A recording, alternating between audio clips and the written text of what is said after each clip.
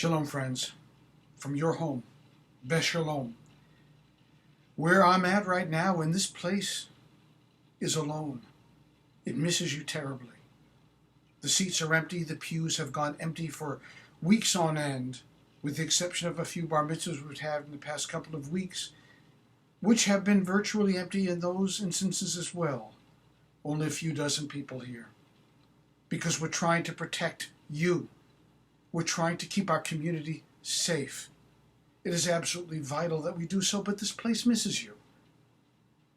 I pick up the prayer books, the Siddurim, and I see certain pages are marked. They have little tabs on them where our children have put emphases in to sing louder or to pronounce this word correctly.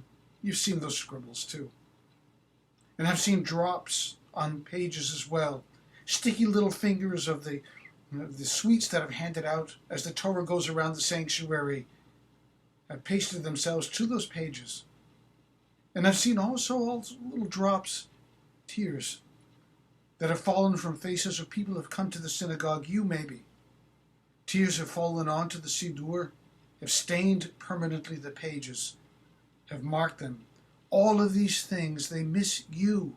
This is your place. This is your home, Beth Shalom. And it needs your presence. Of course, I don't want you to come in now, which is why we've provided so many different opportunities on Rosh Hashanah and Yom Kippur to learn, to grow, to experience, to have opportunities that we could otherwise not afford to give were it not for this pandemic. Which brings me to the real core issue of what I want to talk to you about today. As we stand at the portals of ending one year and beginning anew. It's this, that the Talmud indicates to us that there is no such thing as an ailment that does not have a cure. So we have diseases and we have vaccinations. And please God, it will come soon that there will be a vaccination that will keep us safe from this COVID-19 that has afflicted all of our communities, all over the world. But in the meantime, we don't have a vaccine, but that doesn't mean that there's not a cure for what is ailing us. I have seen families broken. I have heard your pain. We have talked through your distress. I understand where you are in the loneliness of your own home, being cut off from the people whom you care about so very much and who love you so very much. And you've not been able to participate except virtually in birthdays and bar mitzvahs and weddings and births and even death. But that does not mean that there's no cure. Because with every bad thing that happens, there's a response that we can make in our life that can change the situation around, that becomes the cure for it. So what is the cure for this?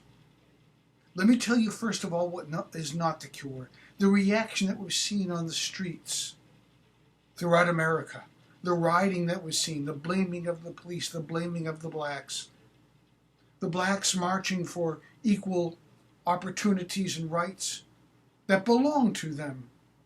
The people that have broken windows and stolen merchandise. All of that roiling inside of America has come from a place, and it's come from the same place of frustration that you have felt in your heart of hearts, that you know is real because you've experienced it. It all comes from this. That's not to say that those other pains are not real. They are real, and they deserve attention, and they deserve a response. But they deserve a reserved, thoughtful, conscientious response. What it does not deserve is hate. What it does not deserve is pillaring the other side. We have watched even the highest forms of government virtually throwing fists at each other, verbal fists, and sometimes real fists, at each other. This is totally unprecedented unwarranted, and it should not trickle down.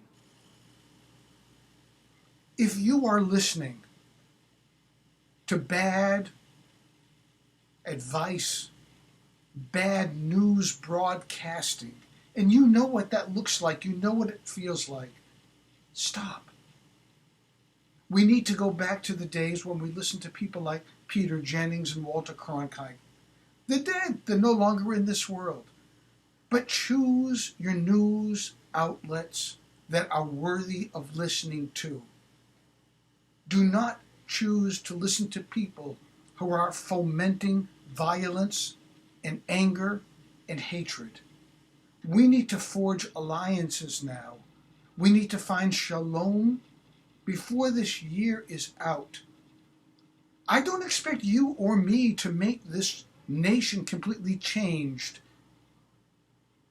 but I know that you can change, and I know that I can change, and I know that we as a community can change the way that we look at our world.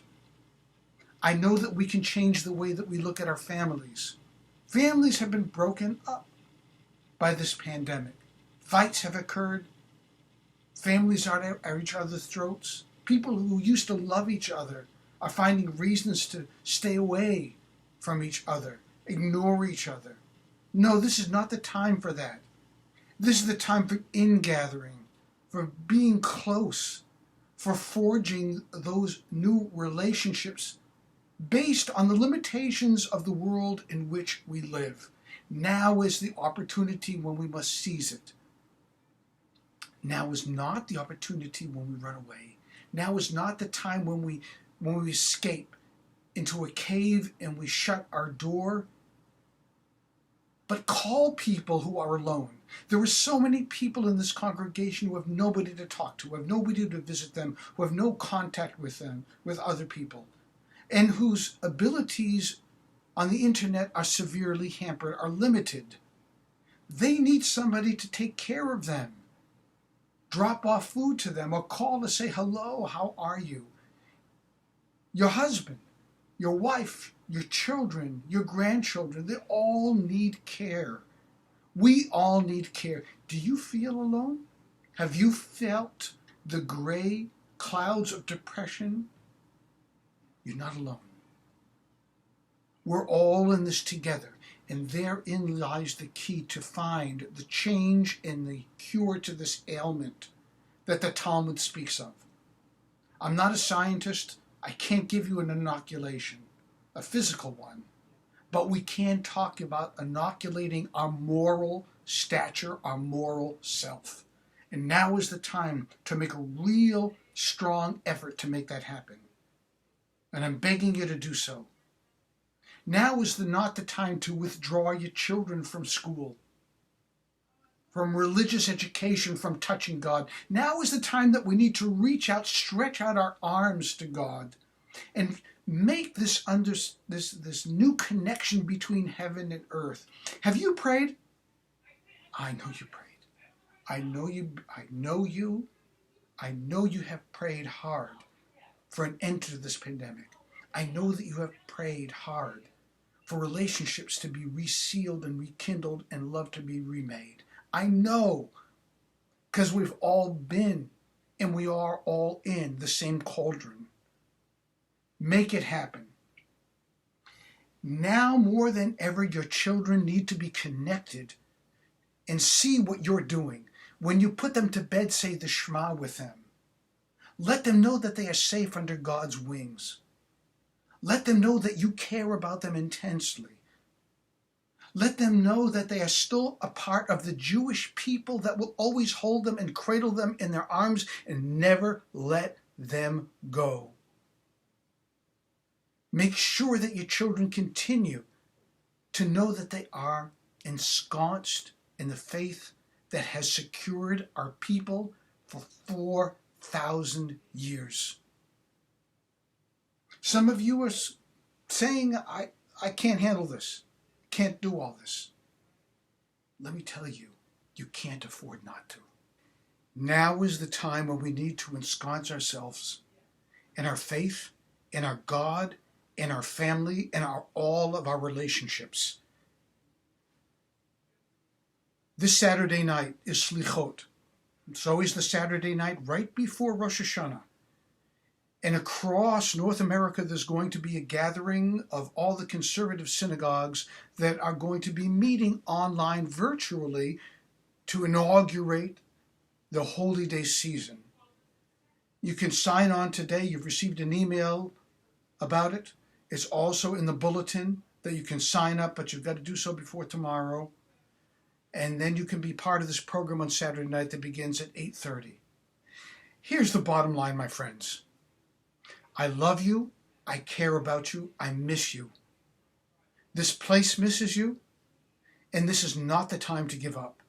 This is not the time to give in. This is the time to marshal our resources and to change direction, to change focus, to become more dedicated, more learned, more zealously striving to meet ourselves, to meet our family, to meet our God. I will be waiting for you.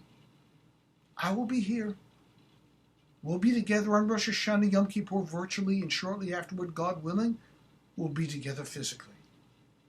Until then, Shana Tova Umetuka. Shana Tova Tikatemu V'Tichatemu. The first thing I said, may it be a sweet new year. And the second was, may God inscribe and unseal you in the book of life. And may you be a participant in that process of reinvigorating and reinventing yourself. Come home.